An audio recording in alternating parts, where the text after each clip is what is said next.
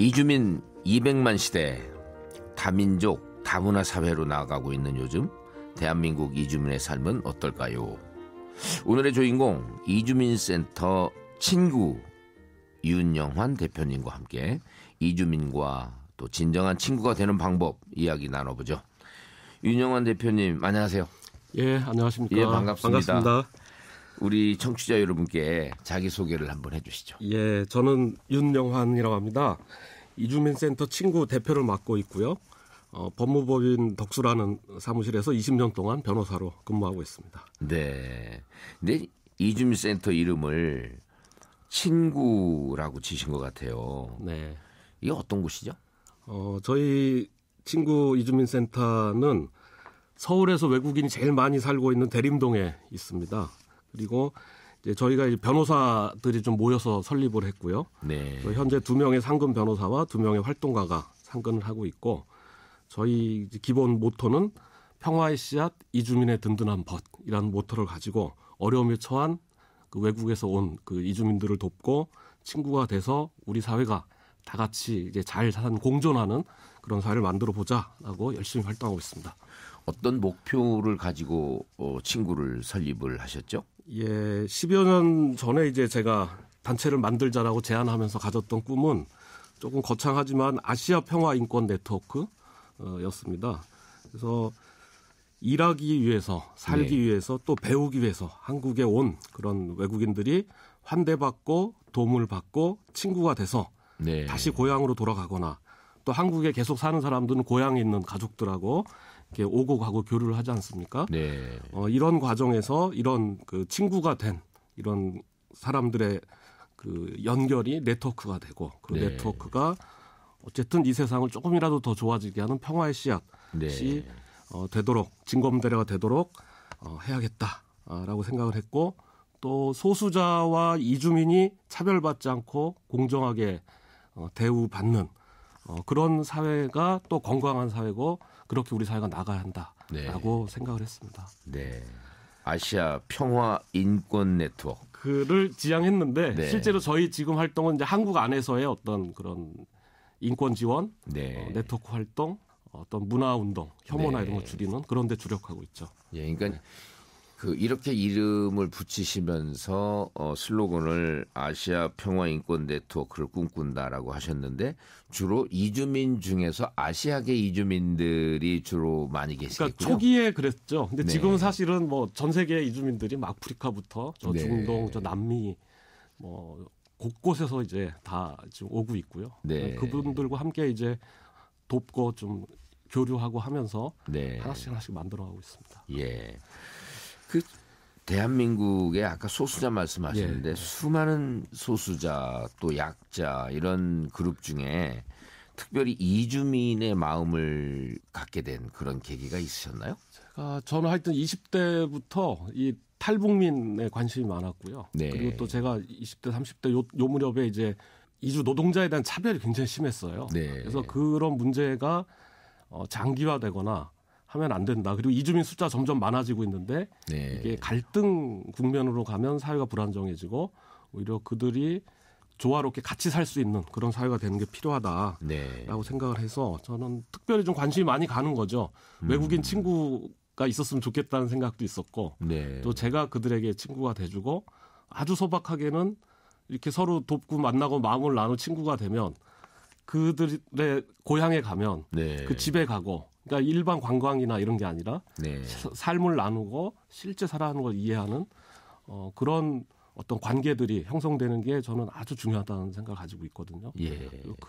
그런데 필요한데 이제 법적인 이런 부분들은 가뜩이나 정보가 없고 어려울 때 저희의 도움이 굉장히 크게 도움이 되거든요. 그런. 역으로 이주민의 고향도 좀 가끔 방문도 해보시고 그러셨나요? 그러니까 저희 센터의 친구에서 했던 프로그램 중에 내 친구의 집은 어디인가라는 프로그램이 있었어요. 그거는 이제 몽골에 저희가 4년을 연속 여름에 9박 10일로 한 10여 명씩 저희하고 만났던 사람들의 마을, 집, 가족들을 가서 만나고 이런 프로그램이 있었고, 몽골 초원의 게르에서 이제 있으면 막 밤이 되면 막 동네 사람이 찾아옵니다. 같이 막 몽골 술도 먹고 네.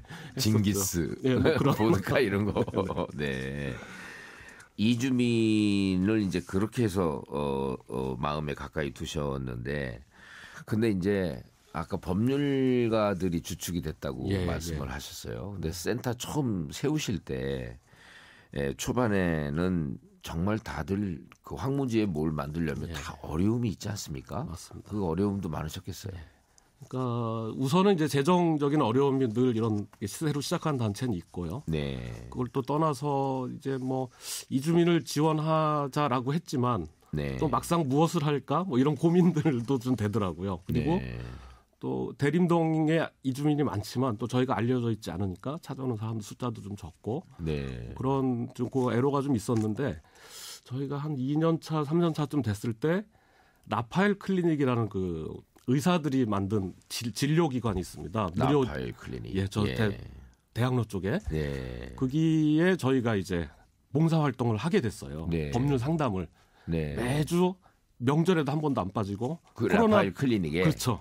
찾아가서 거기서 상담을 했는데 이제 거기에 로스쿨 학생들, 변호사들, 또 노무사들 이런 그 법률과 관련된 상담을 해줄 수 있는 사람들이 의외로 많이 자발적으로 참여를 해서 그때부터 저희 단체가 좀 활기를 띠고 또 대림동에서도 조금씩 알려지면서 여러 가지 다양한 활동들을 하게 됐습니다. 네. 재정적 어려움을 풀기에는 이 부분이 충분치 않은 것 같은 느낌이 드는데 어떻게 풀어내셨어요? 활동을 열심히 하다 보면 도와주는 분들이 생기더라고요. 또 다행인 것은 많은 시민단체가 어려운데 저희는 그래도 이제 변호사들이 좀 있으니까 조금 이제 더 도와주시는 분들도 있었고 그리고 어쨌든 또 저희가 지인들에게 정말 열심히 알려서 후원이 조금씩 늘어가지고 지금도 많이 부족하지만 후원을 중심으로 저희는 운영을 하고 있거든요. 그 친구가 지금 사단법인인가요? 사단법인입니다. 원래는 이제 비영리 민간단체로 하다가 2016년에 이제 사단법인으로 전환을 했죠. 그 아까 말씀 중에 프로젝트들도 많이 하시더라고요. 기록을 보니까.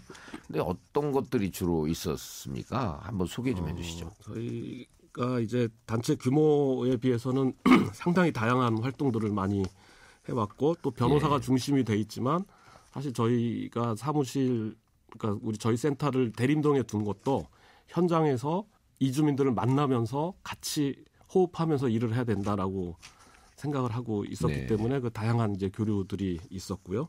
그래서 주되게는 저는 이제 인권 법률 지원을 주되게 하고 이제 뭐 입법 활동, 그러니까 제도 개선 활동도 꽤 많이 하고 있고요. 또 그런 이제 구로 영등포 지역에 있는 학교들에 저희가 가서 인권 교육하는 활동들, 그다음에 일반 시민 요청 받는 뭐 교육이 있으면 저희 전국에 다 다니면서 뭐 영화 관련된 인권 영화를 강의하기도 하고 여러 가지 이제 인권 관련된 강의들도 하고요. 이주민들에게 이제 뭐 통번역 교육 뭐 이런 것도 시키기도 하고 아까 말씀드린 여행 저희가 예전에 카페도 운영을 했었습니다. 2014년부터 18년 정도가 한 5년 정도 카페를 운영을 했는데 카페는 이제 망했고요. 주로 거기서는 뭐 저희가 이제 초기에 법률만 하다 보니까 좀 재미가 없어서 그 사람들이 만나는 공간이 필요하고 그 공간에서 어떤 문화를 나누고 향유하는 그런 것들 좀 했으면 좋겠다. 그래서 이제 평화인권 카페 친구라는 이름으로 한 5년 정도 이제 그 카페를 운영해서 카페는 이제 저희 3층에 있거든요. 망했습니다. 뭐 거기서 이제 그 커피도 팔고 커피도 팔았고요. 또는 뭐 여러 가지 다과 이런 거 저희가 변호사들이 커피도 다 내려서 팔고 근데 이제 그게 일이 중복되니까 집중하자고 해서 2017, 18년 무렵에는 법률 인권 분야에 집중을 하고 카페나 공간은 하더라도 별도로 하자라고 했는데 이제 코로나 지나고 하면서 지금은 이제 휴업 상태입니다. 투소푸카라는 게 있던데 이게 뭐죠? 투소푸카. 저희 그 이주 배경 청소년이라고 하는데 중간에 그러니까 한국에서 태어나지 않고 부모를 따라서 이주해온 청소년들이 있습니다. 중도 입국 청소년이라 하는데 이 친구들은 한국어가 잘 안 되고 한국 문화를 잘 모르고 그렇습니다. 그래서 이 친구들에게 한국어 교육과 한국 문화에 대한 이해나 이런 걸 시키는 그런 저희가 청소년 센터가 있거든요. 그 센터 이름이 투소푸카고 그 뜻은 이제 러시아 말로 또래 뭐 친구들 뭐 이런 뜻입니다. 그래서 친구하고 비슷한 뜻이죠. 네. 그래서 거기에 이제 그런 친구들이 한 40-50명 정도 이렇게 같이 동아리처럼 이렇게 오고 이제 그건 이제 사업 지원도 좀 받는 게 있어요. 네. 네. 그분들이 주로 러시아 쪽 배경입니까? 네. 여기저기에서 중국 쪽이 많을 것 같은 느낌인데. 네. 나라 숫자로는 한 10여 개 국가에서 온 네. 친구들이 청소년들이 있고 보통은 한 10살부터 한 20, 서너 살까지 네. 같이 있습니다. 중도 입국 청소년. 또 조금 전문용어는 이주 배경 청소년. 이주 배경 예, 청소년. 그분들은 예. 한국에서 태어나지는 않고 그렇죠.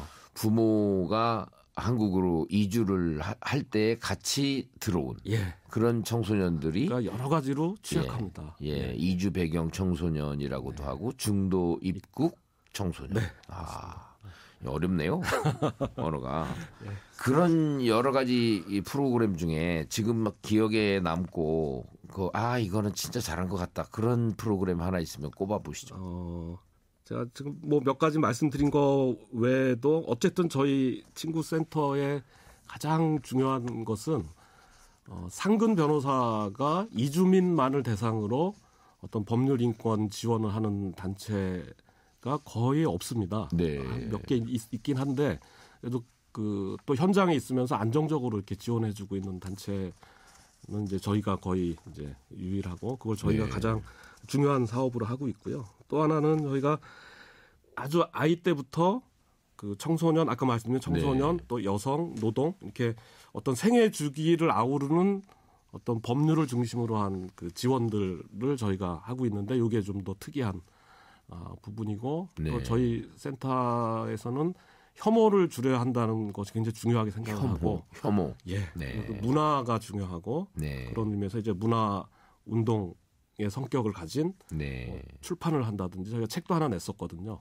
민들레 여성 디아스포라를 이야기하다. 이런 생애 구술사 중국 네. 출신 우리 중국 동포 여성들 60대에 한 8명 정도 그런 책도 내고 네. 그런 다양한 활동들을 하고 있고 일반 변호사들은 좀 안 해보는 시도들을 한 것도 상당히 저는 좀 보람이 있었고 네. 거기에 이제 주되게 저희의 또 임무인 인권 지원 활동들을 열심히 하고 있는 것이죠. 네, YTN 라디오 이성규 행복한 쉼표 잠시만요.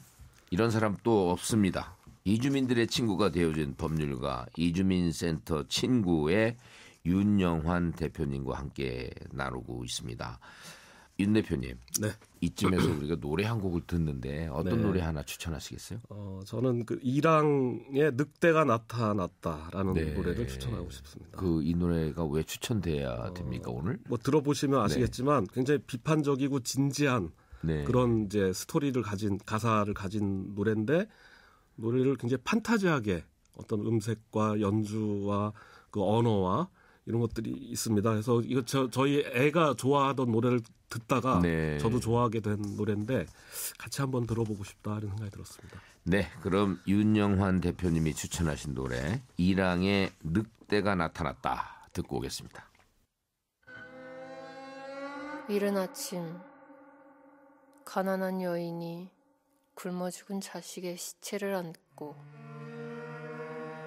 가난한 사람들의 동네를 울며 지나간다. 네, 이랑의 늑대가 나타났다 듣고 오셨습니다. 이성규 행복한 쉼표 잠시만요. 이런 사람 또 없습니다. 오늘의 주인공은 이주민들의 친구가 되어준 법률가 이주민센터 친구의 윤영환 대표입니다. 근데 이주민 수가 아주 많다고 말씀을 하셨는데 대강 규모가 어느 정도나 되죠? 지금 2023년 통계로 네. 이주의 어떤 배경을 가진 인구가 233만 명 네. 정도로 보고요. 전체 인구의 5% 정도 됩니다. 이 정도 4%를 넘는 다문화 사회로 규정하거든요. 네. 이제 한국 사회가 명실상부하게 이제 다문화, 다민족, 다인종 사회로 그러네요. 변화된 것이죠.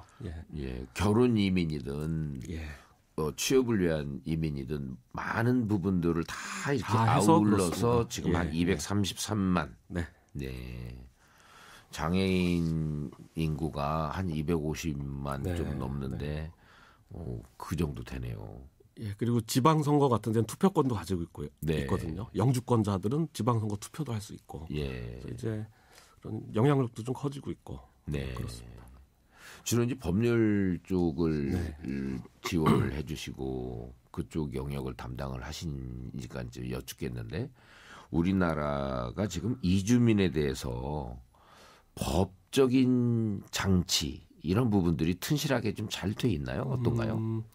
예, 많이 나아졌고요. 정비되고 네. 있는 건 사실입니다. 네. 그리고 뭐 이민청을 만들어서 그만큼 인구도 많아지고 중요하니까 네. 하겠다고 이제 그 정부에서도 얘기를 하고 있고 그렇지만 이제 출입국 제도나 실무에서는 네. 여전히 좀 개선할 점들이 있고요. 그리고 네. 또 좀 근본적으로 이제 저의 관점에서 얘기를 하자면 어떤 이제 삶에 대해서 네. 그러니까 초점이 맞춰지는 그런 좀 정책이어야 되는데 예. 이게 이제 노동 고용 중심으로 사고하는 게 이제 주된 지금 패러다임입니다. 이 예. 부분이 조금 변화될 필요도 있고 그래서 이제 아동이나 여성 내지는 이제 생계가 곤란한 그런 이제 복지 지원이 필요한 사람들에 대해서는 네. 그러니까 체류 자격이 있는지 없는지를 좀 떠나서 네. 아주 기초적인 지원들을 사회적으로 커버를 해주는 게 좋다. 그리고 그게 이제 사회 안전망 차원에서도 굉장히 필요하거든요. 네. 그런 부분들은 이제 아직 뭐 국가 재정의 이런 요소들도 있고 또 사회적 인식도 좀 그래서 좀 부족한 부분이 있긴 합니다. 네. 또 하나 좀 저 방송 나온 김에 좀 말씀드리고 싶은 것은 저희가 이제 고용 허가제라고 해서 네. 사업주가 이게 채용을 하면 네. 사업주 동의 없이 직장을 옮기지 못하게 돼 있습니다. 네. 그래서 이런 과정에서 이 사업주의 영향력이 크니까 예. 그 노동 과정에서 좀 인권 침해나 부당한 일들이 발생하고 네. 이제 사실 이제 국제인권규범에서는 강제 노동 금지 이런 게 있거든요. 네. 근데 이제 고용 허가제의 틀에서 사실상의 강제 노동이 되는 사례들이 물론 이제 대다수는 잘 되지만 네. 안 좋은 그런 사례들이 있고 이런 건 네. 이제 제도 개선이 좀 필요하다. 이런 얘기들을 저희가 좀 많이 하고 있죠. 그러니까 고용 허가제가 그 산업연수생 거기서부터 시작을 했죠. 에서 네. 이렇게 맞습니다. 그래도 좀 발전된 개념인데 그러니까 우리나라 고용 허가제가 일본보다는 낫다고 합니다. 아, 그래요. 근데 이제 독일이나 이런 데 이제 노동 허가제라 그래 가지고 노동 허가제. 예, 그러니까 노동하는 사람에 좀 초점을 맞춰서 예. 사회적인 이런 그 이주와 관련된 고용과 관련된 시스템 설계를 하는데 이걸 이제 고용 그러니까 사용자 중심의 설계 내지는 국가 인력 수급 중심으로 하다 보면 네. 뭔가 문제가 생기는 부분들이 있는 거죠. 근데 네. 저희처럼 인권에 좀 중심을 두는 사람들은 그런 부분도 세밀하게 봐야 한다. 이렇게 예. 보고 있습니다. 참 사회가 이제 바꿔야 될 것들 중에 하나라고 생각을 하시는 거군요. 그렇죠. 예. 좀 개선돼야 된다. 예, 그게 이제 이주민 관련해서 뭔가 해결이 좀 더 깔끔하게 되어야 되는 제도적으로는 문제. 그렇습니다. 예, 예. 예. 근데 아까 약간 혐오라는 예. 단어를 쓰셨어요. 네네. 이 혐오가 이제 이주민에 대해서도 조금 많이 그 적용되고 있나요, 우리나라가? 이게 인터넷 댓글, 그러니까 저희가 좋아서 일을 하지만 네. 저희가 무슨 어떤 발언을 하면 바로 댓글이 쫙 달립니다. 네. 그러니까 먼저 악성 그런 이제 혐오 댓글들이 달리고 그러면 저희는 이제 유심히 보지요. 네. 이런 게 왜 있을까? 그걸 다는 분들에 대해서도 이해하려고 노력을 하고 네. 그렇지만 이제 사회가 좀 더 이제 공존하고 이렇게 하려면 혐오 댓글로 상처를 많이 받거든요. 네. 많이 힘들어하고 실제로 이제 그런 댓글에도 있고 뭐 직장에서나 뭐 교육 현장에서나 특히 청소년들 같은 경우에 이제 그런 외국에서 왔다는 이유로 말 한마디 한마디에서 받는 상처들이 크고 네. 그건 이제 어떤 사회 문화고 중심 가치거든요. 예. 예, 그런 게 이제 좀 바로 잡히고 좀 더 좋아지는 데는 이제 세월이 많이 걸릴 거고요. 네, 한국 사회가 이제 이주민 숫자가 많아지니까 이제 본격적으로 저희가 보기에는 갈등 단계로 들어가는 것 같아요. 네. 그 전에 이제 숫자가 적고 사회적으로 무시해도 될 정도의 영향력이 없었는데 이제는 200만이 넘고 네. 가끔 이제 사건 사고도 생기지 않습니까? 그러면 그런 이제 갈등 단계 내지는 뭔가 이제 하나의 사회적 주체로 나설 때 그때 네. 이제 이걸 조절하는 기능이나 이런 것도 필요하고 그럴 때 사실 혐오들이 생기는 거죠. 이전에 네. 안 했던 경험이니까. 예. 그래서 이걸 어떻게 좀 더 이제 연착륙하면서 서로 이렇게 이해하는 방식으로 갈 건지 그래서 저희가 중요하게 생각하는 것은 그런 이해다. 만나보고 이렇게 하면 똑같이 먹고 돈 벌고 가족을 위해서 일하고 이렇게 열심히 살고 이렇거든요. 만나보면 그렇습니다. 근데 만나보지 않은 상태에서는 뭔가 내 걸 뺏기는 것 같고 사회적 자원이 한정적인데 왜 다른 나라에 온 사람들까지 지원하느냐라고 하지만 그런 이제 인간이라는 중에서 삶의 동질성이라는 측면과 그리고 이주민들 없이 한국 사회 이제 안 굴러가거든요. 그분들이 하는 사회적 역할과 기여가 있거든요. 근데 그것을 정당하게 인정해주고 받아들여주고 어떤 사회적인 어떤 같이 살아가는 요 시스템들 속으로 서로 양해하고 이해할 때 그때 좀 줄어들 텐데 그런 부분이 이제 우리 사회가 아직 훈련이 안 돼 있고 사회적으로 이제 가치관으로도 좀 정립이 좀 덜 돼 있고 여전히 뭐 단일 민족 이런 이제 순혈주의가 있고요. 미국이나 이런 전통적인 다문화 사회들은 수백 년을 서로 갈등하면서 만들어온 룰들이 있거든요. 그러니까 건드리면 안 되는 이제 영역들이 있는데 그럼에도 불구하고 많은 문제가 있지만 이제 저희는 이제 그런 걸 이제 만들어가는 이제 초입에 와 있다라고 생각을 하고 있습니다. 근데 결국은 이게 이제 이게 개선이랄까 전환이랄까 이런 부분하고도 연결되는 것 같은데 사단법인 이주민센터 친구 이 기구에서도 그런 기능의 프로그램들이 많이 있나요? 저희가 그래서 이제 카페를 한 것도 이제 그런 기능이었고요. 그다음에 아까 책을 냈던 거. 그다음에 이제 저희도 유튜브 같은 걸 이제 촬영을 해가지고 올립니다. 계속 저희 이제 친구 TV를 하나 만들어서 이제 양질의 콘텐츠를 만들어서 올려야 한다. 그렇게 하면서 이제 인식 개선되는 부분들이 저희의 또 주요 활동 중에 하나이기도 합니다. 그리고 하나가 이제 그러니까 법이 먼저 바뀌면 사람 인식이 확 바뀌거든요. 법이라는 게 사회의 어떤 합의점이기도 하지만 어떤 때는 이 법이 사회의 가치관을 많이 변화시키기도 하고 사실 고용허가제가 그렇습니다. 이게 일본은 이제 막 하는 것 같거든요. 근데 한국이 2000년대 초반에 이걸 도입을 하면서 이런 그 노동 이주와 관련된 부분에서는 일본이나 이런 데보다 저희가 좀 더 앞서 있다는 평가를 받고 있고 그래서 이제 정치권이나 그 법률의 제정 이런 것들을 통해서 또 뭔가 좀 풀어가야 되는 부분. 대표적으로 뭐 차별금지법 이건 이제 여러 이슈가 있죠. 뭐 종교, 교육 뭐 여러 이슈가 있지만 그래서 이렇게 법이 하나 차별하면 안 된다라는 것에 국가적 합의, 그러니까 사회적 합의가 있는 그런 제도가 생기면 많은 개선이 있을 거라고 생각을 합니다. 결실을 맺은 것을 한번 꼽아보시면 저희가 뭐 혐오 얘기를 하던 참이니까요.